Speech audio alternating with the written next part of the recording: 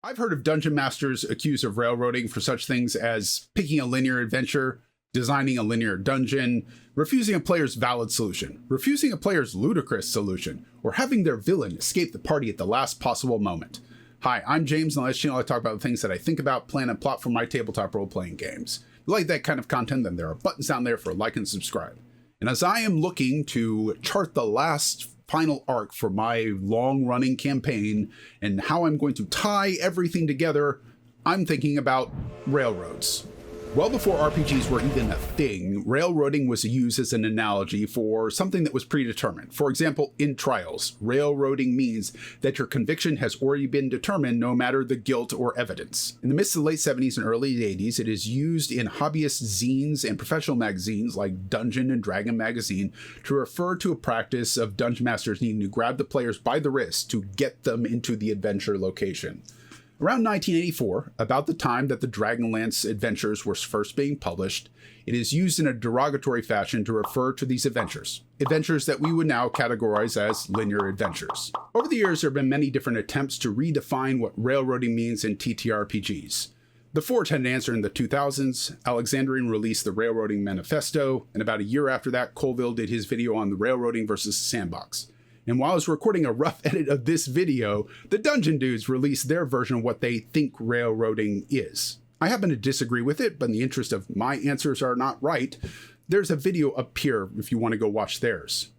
I care very little about what any particular definition, including my own, is of railroading. Because to me, what's important is how do my players feel like I'm treating them? If they feel railroaded, it will not matter if I can point to the Dungeon Dudes or Colville or Alexandrian or whoever. They feel like I have invalidated their choices. And choices are the cornerstone of tabletop role-playing games. So I went to my resource, my players, as far back as college, and I asked them, what do you think railroading is? They all have very different answers, of course, but they all shared one thing in common that they all agreed was railroading. Adventures on a path predetermined by the Dungeon Master. In other words, linear adventures, which kind of surprised me coming from these particular players, but we'll get to that. Also, every single one of my players thought a linear adventure or railroad was perfectly fine, as long as they knew that that's what they were signing up for.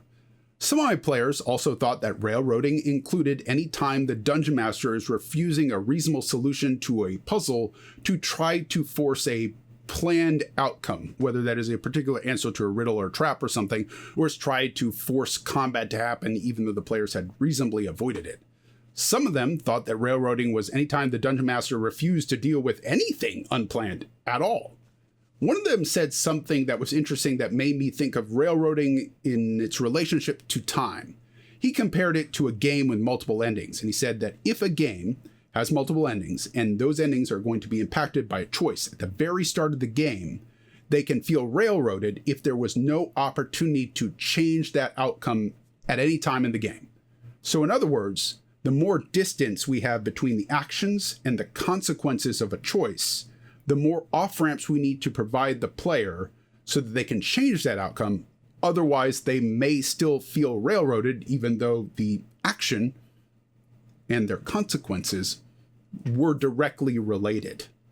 We could say that railroading is any time the players feel that there is no choice that they can make that will change a part of the game that they care about. A while back, I did a video on what I think players care about in agency or choices in a tabletop RPG, but in brief, I think that there are three core areas that players care about expressing their choices: character creation, encounter solution, and narrative direction.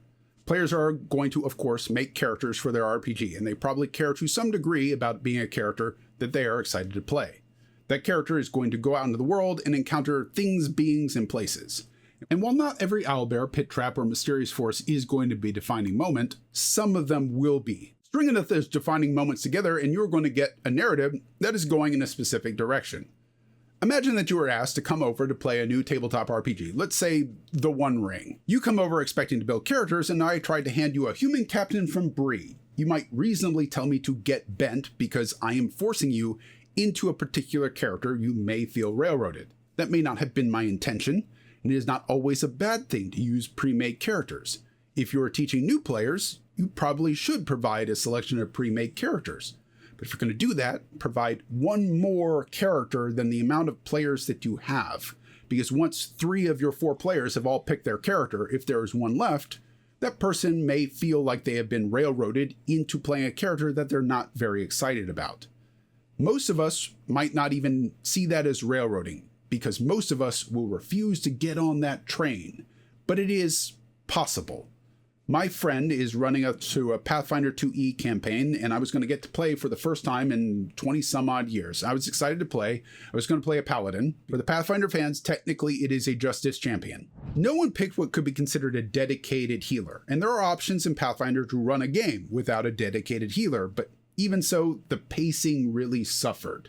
We would spend 10 minutes doing these surgery checks and waiting for a refocus on lay on hands to get more and more healing. And in the game world, that meant that we were sitting outside the monster's lair for 30 minutes doing all these healing things, while the monster just waited in there for us to come and get them, which was a little odd. And so, because I saw a problem, I eventually went to my dungeon master and said, hey, at a narratively appropriate moment, could I ask my god for the powers of a cleric and just switch classes? I had a choice. I could keep playing the character the way I was originally intending to play it. But that's not a choice that I can make, in the same way the Fellowship of the Ring is not going to make the choice to take the ring down to Gondor. It's just not in me to do that. I see a problem that is making the game awkward for the group. I have personal power to fix it, and so I must fix it. If you are not wired that way, then I envy you. I can respect that people may want a different term for that kind of a situation. But again, I don't really care about the term.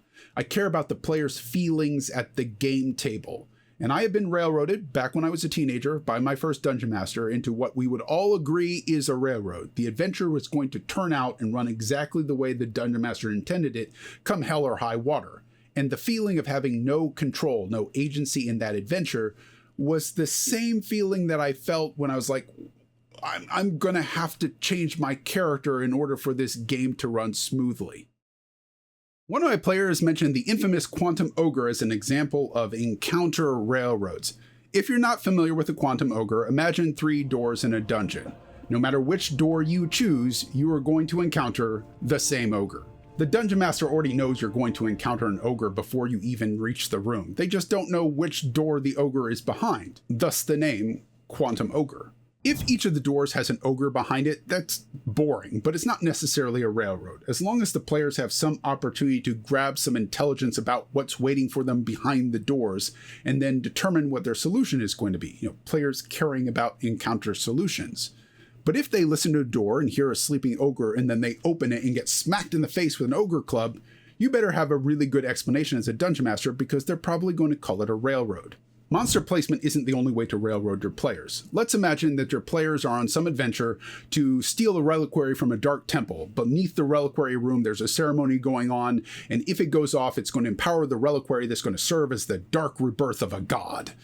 In this hallway leading up to the reliquary chamber, there is 60 feet of hallway. There's a mosaic lining the walls, and in the cracks between the mosaic tiles, there are tiny little holes. On the floor of the hallway, there are a bunch of different letters. The answer that you've written down in your notes is that the players will translate the name of the dark god being resurrected into Draconic, and then they will spell the name as they walk across these tiles, and then they're safe. But the players don't know how long the ceremony is going to last, so they decide not to risk it. Let's just give the barbarian a tower shield and they'll just run for it, and we'll follow afterwards in safety. You could be a jerk and say, no, the trap, it reloads because it's got magical ammunition. No, you can't dispel the trap because the magic that powers it is inside the wall. No, you can't break down the wall because it's made of adamantine. No, you can't harvest the adamantine. Now you are railroading. You don't have to let them just bypass your trap, though. You just have to honor some solution that they've given with a reasonable amount of challenge. Instead of just saying no, maybe you say, I don't really want to have you run every square in checks. So, and you do have that shield, so that should reduce something. So what if instead of, every foot, we say, every 10 feet, I'm going to roll 1d8, and that is the number of darts that hits you. And your shield is going to reduce that number by half because it's blocking half the room. It's not really realistic for you to be swinging it to both sides as you're moving across. If I roll a 1, No hits, no darts, you get lucky. But for players, just because you think you know how an encounter works, a trap works, doesn't mean that you're necessarily right. What instead of poisonous darts, the holes let out poisonous gas? It's not the Dungeon Master's fault that you did not want to spend the rounds investigating the trap. They are not obligated to make your assumptions right. They're obligated to honor your reasonable solutions to a problem, and in the case of poison gas, the shield and the barbarian is not a reasonable solution. One person's linear adventure is another person's railroad. I consider many of the 2014 to 2024 very linear adventures and possibly railroads. Take something like Mines of Phandelver or Phandalin Below, whichever one. It says that you can just go to town and go to Phandalin, deal with maybe the bandit hideout first, but you may find that that is well over the players' heads if they do so. It really expects them to go to Cragmaw hideout first. The same thing happens with something like Curse of Strahd. It looks very much like a sandbox, plays very much like a linear adventure. The line between linear adventure and railroad seems to be, did you knowingly jump on the express train? What if your Dungeon Master says, I want to run Descent into Avernus. It's about being sucked down into hell and trying to find a way to escape with your soul intact. You trade soul coins, confront archdevils, and ride these custom Beyond Fury Road war machines. But it is kind of railroady. If that does not sound like fun to you, then by all means say no. Otherwise, you don't get to complain about being on the highway to hell. If your Dungeon Master is legitimately running a full sandbox and you decide that part of your ambition is to go to the Underdark, because that sounds like a lot of fun, your Dungeon Master may pick pieces from Out of the Abyss, Night Below, City of the Spider Queen, or just use those adventures wholesale to try to give you the content that you've requested. Even if you don't ultimately like their choices, that is still not railroading. They're trying to satisfy what you've asked for. They don't necessarily have to come up with full custom content. Well, that's certainly something that you should discuss with them. You are, as a good friend, reasonably expected to go along with the adventure for at least a session or two, though you should provide feedback on whether you are having fun or not. If you don't like the path of the current narrative and you try to change it but it doesn't work, you still may not be on a railroad. If you try to teleport out of the Underdark and can't, that's just a feature of the Underdark. At least it used to be. I stopped playing Forgotten Realms in 4th edition. It's not the Dungeon Master's fault that you didn't think to ask about the magical effects of being in the Underdark. They may not think that any of your characters have a reasonable expectation to know that just on the face of it. But if you had a drow mage in your party and they didn't know about that, it's starting to look a little bit suspicious. If your players try to escape by going back through the tunnel that they came through which they can still see light, and all of a sudden the tunnel is racked with quakes and it all collapses so that you can't get out that way anymore, now it's starting to stink of a railroad. Narrative railroading doesn't just happen on the whole campaign, but also on the moment-to-moment story beats, if you like. Let's say that you're in Mines of Phandelver and you're going to take over the Red Brand Bandits and maybe join the Zentarum. Fantastic. They've got a great retirement plan. That is a reasonable thing to want to do if the Dungeon Master revealed the hook. And if the Dungeon Master slams the door in your face with some lame excuse, that is very railroady. The Sandbox campaign is often lauded as the alternative to these linear or railroad adventures, whatever you want to call them. And I love Sandbox campaigns. If you want the same kind of satisfying narrative stories that a linear adventure is going to give you, that is possible. And you, players, are going to have to be very clear on your intentions, your goal, your ambitions, so that the Dungeon Master can go plan and provide those to you. And the Dungeon Master is probably going to really need to up their game to tie these different narrative threads together. But it is very difficult, and you can still end up with something that resembles a linear campaign at the end of it. Sandboxes in tabletop role-playing games are where the players can go wherever they want and do whatever they want. You might call it open world, sandbox, whatever it is. Chunks of content are prepared by the Dungeon Master in advance as they're needed. They may provide a map, but they don't necessarily know what's in every area of the map until it's time to go there. Or maybe they just improvise it entirely there at the table as you're playing the game. There are often no pre-prepared story arcs. There may be a couple villains that are around doing something, or there may be no grand villains. That's how I run my sandboxes. These are often also paired with what could be called a dynamic world. Now, a dynamic world, the world keeps changing based on what the players do and don't do. If the players follow one thread, one story hook over here to go off into the north, then everything that's happening in the south continues to happen. Once the players know about it, and the Dungeon Master has already decided that there is a thing there to be found or do, and the players leave it alone, it keeps moving. And players that are from a more video game perspective may not anticipate that that's going to be what happens. And they may feel railroaded by that. Yeah, I know Sephiroth is doing something important over there, but I got mini games in the Golden Saucer to play. Sephiroth can wait. And if you start closing down too many of these doors without opening new ones, you may find that your Sandbox campaign has turned into a linear adventure. I said I'd talk about why I thought it was surprising that my friends immediately went to linear adventures as examples of railroad over other possible explanations. I played with these folks for many years, some of them since college. And while they did enjoy the narrative that we created in our campaigns as a whole, they never seemed to want to grab the steering wheel and take this thing off-road, so to speak. So while I would sometimes start them off with a Sandbox kind of campaign where I didn't know what was going to happen, they grab onto one of the plot hooks and just follow to the end. And once you've got this handful of plot hooks that's not being used, you start to ask, why am I bothering making these at all? And once I stopped doing that, and without players that are self-directed, what was supposed to be a Sandbox campaign just is now a linear adventure. And I think there were two reasons that the players didn't feel like that was railroading.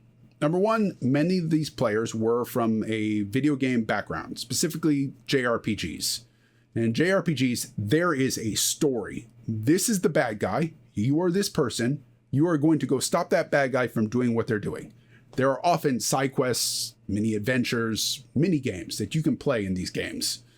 But it's always going to come back to that main storyline. You can only do so much outside of it. Everything relates back to that. So for them, that's kind of what they thought RPGs were. And they were perfectly happy to continue following the story and see it to its end. The other group, I think, they would sometimes try to take this thing off the road, see if they could get it off the rails. And sure, I'll let you do that.